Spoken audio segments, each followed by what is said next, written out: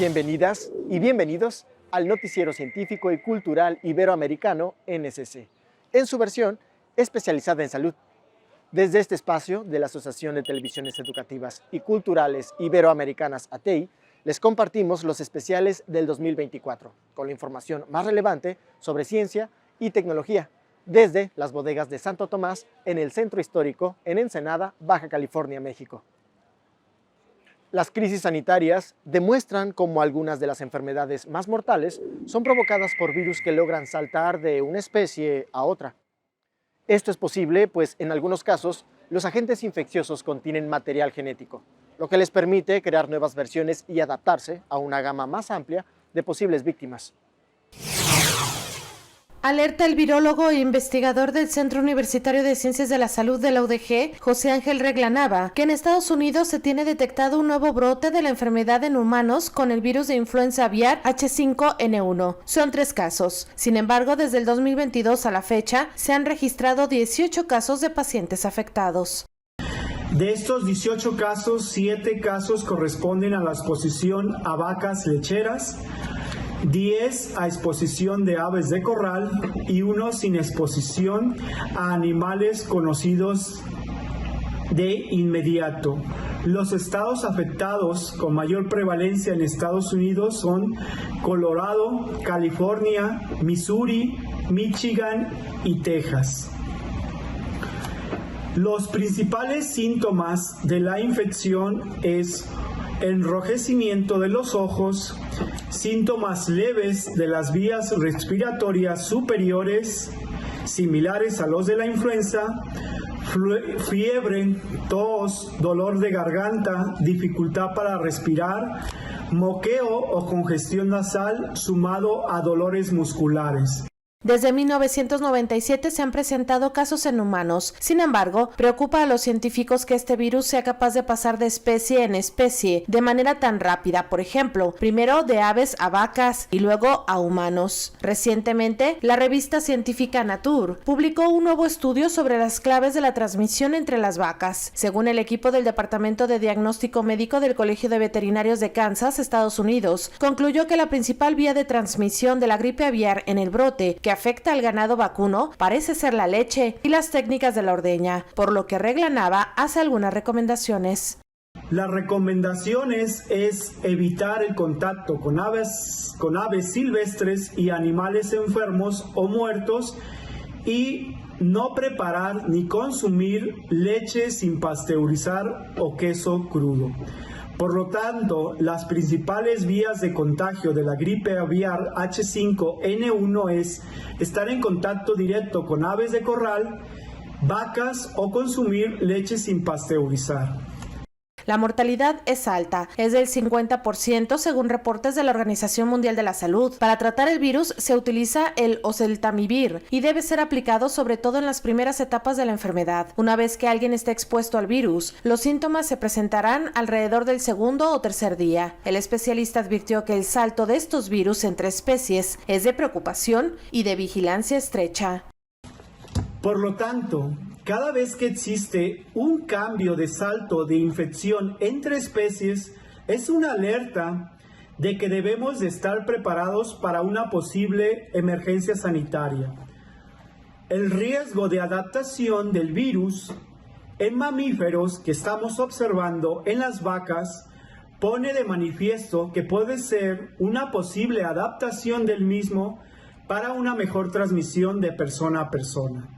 Entonces, ¿es la gripe aviar la próxima pandemia? Para UDG TV Canal 44, Rocío López Fonseca.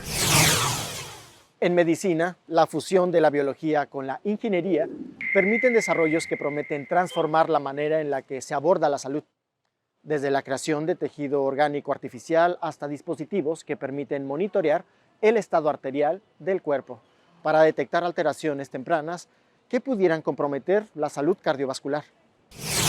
El Laboratorio de Bioingeniería del Instituto de Investigaciones Científicas y Tecnológicas en Electrónica realiza un estudio arterial en base al análisis de onda de pulso radial. En este laboratorio trabajamos en el análisis de señales de variación de diámetro arterial. Estas señales se obtienen de la palpación de la arteria radial en esta zona. Se pone un sensor electrónico que la transforma en una señal digital que se almacena en una computadora y después eso es procesable. Con sucesivos estudios hemos ido descubriendo que hay variaciones de la forma de esta onda con la evolución natural con la edad y de alguna manera esta forma de onda, esta señal, así como el electrocardiograma es una señal eléctrica que sale del corazón, esta es una señal mecánica que se transforma en una señal eléctrica. La forma de esta onda nos habla de la rigidez de las arterias. Ese es nuestro motivo de estudio desde hace muchos años y hemos ido analizando distintas ocasiones. Por ejemplo, la evolución natural con la edad sería una forma de estudiar cómo evoluciona la rigidez arterial con el paso del tiempo. Pero también hemos trabajado con distintas patologías, por ejemplo, con la detección de hipertensión arterial, dislipemia, síntomas de estrés, que todo se refleja en el estado arterial. Y nuestro objetivo actual es tener un índice o un número que nos diga de una forma objetiva, a través del análisis de la señal, ese estado de rigidez que tienen las arterias. Ese es nuestro principal objetivo en este momento. Trabajamos en conjunto con el Centro de Estudios Médicos Asistenciales de aquí de la Municipalidad de General Pueyrredón y con médicos que nos asisten en estos análisis, ¿no? Nuestro objetivo es siempre la comparación del estado de normalidad con distintos objetivos y así es como se generan las bases de datos de registros, año a año, ¿no? El inicio de la toma de medición empieza tomando la presión arterial de las personas, luego una pequeña entrevista y a continuación colocamos el sensor y posteriormente medimos. Todo el proceso no tarda más de 10-15 minutos, por lo tanto es rápido, no invasivo. Por último, se envía a los pacientes un informe con 2 PDFs, uno es el informe propiamente dicho y el segundo PDF es cómo interpretar el informe, para que todos los usuarios puedan enviar a su médico de cabecera el informe que nosotros realizamos. Desde Argentina, reportó para el Noticiero Científico y Cultural Iberoamericano, NCC, la Universidad Nacional de Mar del Plata. Los genes contienen la información necesaria que da a nuestro cuerpo las instrucciones para el desarrollo, funcionamiento y reproducción. Se trata de unidades básicas de la herencia que determinan nuestras características. Sin embargo, mutaciones o cambios en estos genes alteran su función y pueden causar condiciones genéticas como la siguiente. El síndrome de Down es una condición genética que ocurre cuando una persona tiene una copia adicional del cromosoma 21, lo que resulta en características físicas y cognitivas distintas.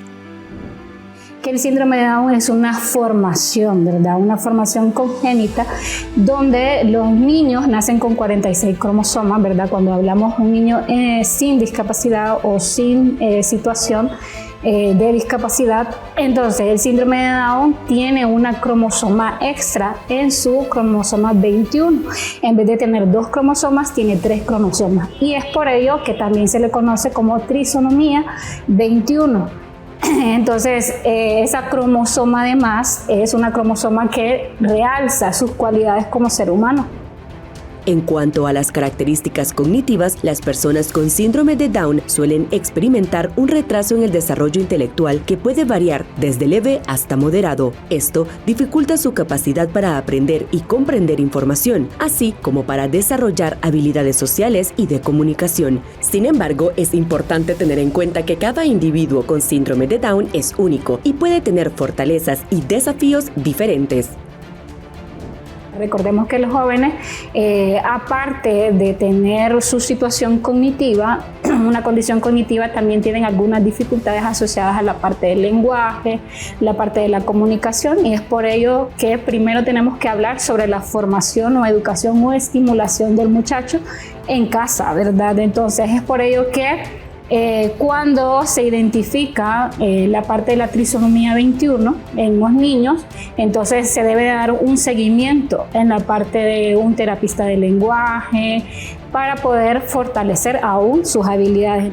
Para poder hablar de la inclusión de personas con discapacidades, debemos saber que se debe dar formación y estimulación en casa y contar con el apoyo de centros educativos conscientes y con todas las competencias necesarias para fortalecer aún más sus competencias. A medida que la conciencia y el apoyo para las personas con síndrome de Down han aumentado, se ha observado una mejora significativa en la calidad de vida y las oportunidades disponibles para ellos. La intervención temprana, la educación inclusiva y el apoyo continuo pueden ayudar a las personas con síndrome de Down a alcanzar su máximo potencial y participar plenamente en la sociedad. Es esencial comprender y respetar a todas las personas, reconociendo sus capacidades individuales y promoviendo la inclusión y la igualdad de oportunidades en todos los aspectos de la vida. Desde Honduras para el Noticiero Científico y Cultural Iberoamericano NSC, informó Andrea Torres de STVE. La palabra fármaco proviene del griego fármakon, que significa medicina o veneno, lo que refleja su dualidad. El desarrollo de fármacos ha evolucionado desde remedios tradicionales hasta sofisticadas moléculas sintéticas o biotecnológicas, moldeando la salud pública y las expectativas de vida en la sociedad moderna. Descubrimientos como el de la penicilina cambiaron nuestras vidas. Antes, una infección gastrointestinal, respiratoria o por una herida podía causar la muerte. Ahora, existe una gran diversidad de medicamentos como los antibióticos, con lo que podemos combatir estas infecciones causadas por bacterias. La innovación tecnológica no solo ha posibilitado el desarrollo de antibióticos, sino que también ha permitido la producción de fármacos psiquiátricos, antivirales, antihistamínicos, vacunas, analgésicos y oncológicos para el tratamiento de cáncer. Aunque estos medicamentos y su información son cada vez más accesibles, es importante no automedicarnos y mejor acudir al médico. Al revisar tus síntomas, historia clínica y análisis de laboratorio, identificará qué padecimiento tenemos, así como el tratamiento adecuado para combatirlo. Tener conocimientos en primeros auxilios es una responsabilidad que puede marcar la diferencia en una situación de riesgo. Esta capacidad para actuar rápidamente es la clave para salvar vidas, minimizar el impacto de lesiones graves o estabilizar a una persona herida mientras llega la ayuda profesional. ¿Alguna vez has estado involucrado en una situación de emergencia y no has sabido cómo actuar en primeros auxilios? Acá te explicamos. Lo primero que te vamos a explicar es qué son los primeros auxilios. Es la primera ayuda que le brindas a una persona que ha sufrido un accidente o enfermedad repentina, recordando que debe ser adecuado, oportuno y temporal, garantizando un transporte adecuado a un hospital o centro asistencial. Recuerda que nuestro insumo principal para realizar una atención adecuada en primeros auxilios es el botiquín, que debe estar adecuado al escenario de nuestra empresa, nuestra universidad o colegio o nuestro hogar, dependiendo de los riesgos que tengamos y las situaciones que se nos puedan presentar.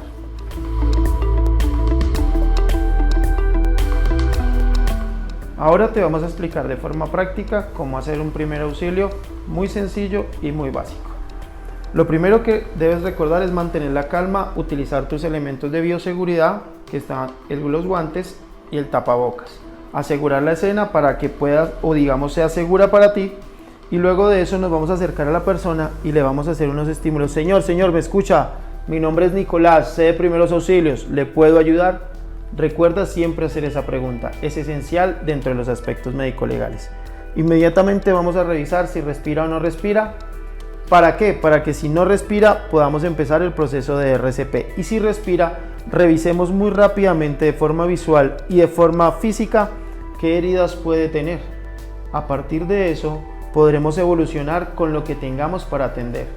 Lo más difícil que se nos puede presentar en estos casos es una hemorragia, en la cual con nuestros guantes bien puestos vamos a poner la mano sobre la herida inicialmente, buscaremos una gasa o compresa para hacer presión sobre la herida y esperar una ayuda. En el caso en que el paciente no respire y no responda, vamos a buscar inicialmente esta zona del pecho, donde vamos a trazar una cruz con la parte vertical del cuerpo y las tetillas o el centro del tórax del paciente. Ponemos nuestra mano dominante, Ponemos la otra encima, apoyamos nuestro peso y arrancaremos con el proceso de compresiones cardíacas, donde debemos cumplir con un ritmo de 120 compresiones por minuto. Esto nos garantiza que la persona va a tener suficiente sangre oxigenada en el cerebro y se va a disminuir la probabilidad de muerte en esa persona. Recordando que si tiene una hemorragia y por alguna razón no respira, primero atendemos nuestra hemorragia y luego realizaremos maniobra de RCP. Esto como dos procedimientos básicos de situaciones complejas que se nos pueden presentar. Si quieres profundizar tus conocimientos, recuerda ingresar a nuestra página de internet www.cruzrojabogotá.org.co para inscribirte en nuestros cursos presenciales y virtuales de primeros auxilios. Los biomarcadores son moléculas biológicas presentes en sangre, tejidos y demás fluidos corporales que ofrecen información precisa sobre estados de enfermedad o la respuesta del cuerpo a tratamientos. Información que puede ser útil para determinar qué tan buena es la compatibilidad de un implante con nuestro cuerpo y sus tejidos. El mercado de la implantología mueve más de 200 millones de euros en España, con alrededor de 1,5 millones de implantes vendidos. La mayor esperanza de vida de la población, entre otros indicadores, permite afirmar que el crecimiento y la relevancia de este sector en el futuro es una realidad. Ante estos datos, es necesario trabajar para obtener cada vez mejores resultados en los tratamientos de implantología, pensando tanto en las empresas fabricantes como en los pacientes.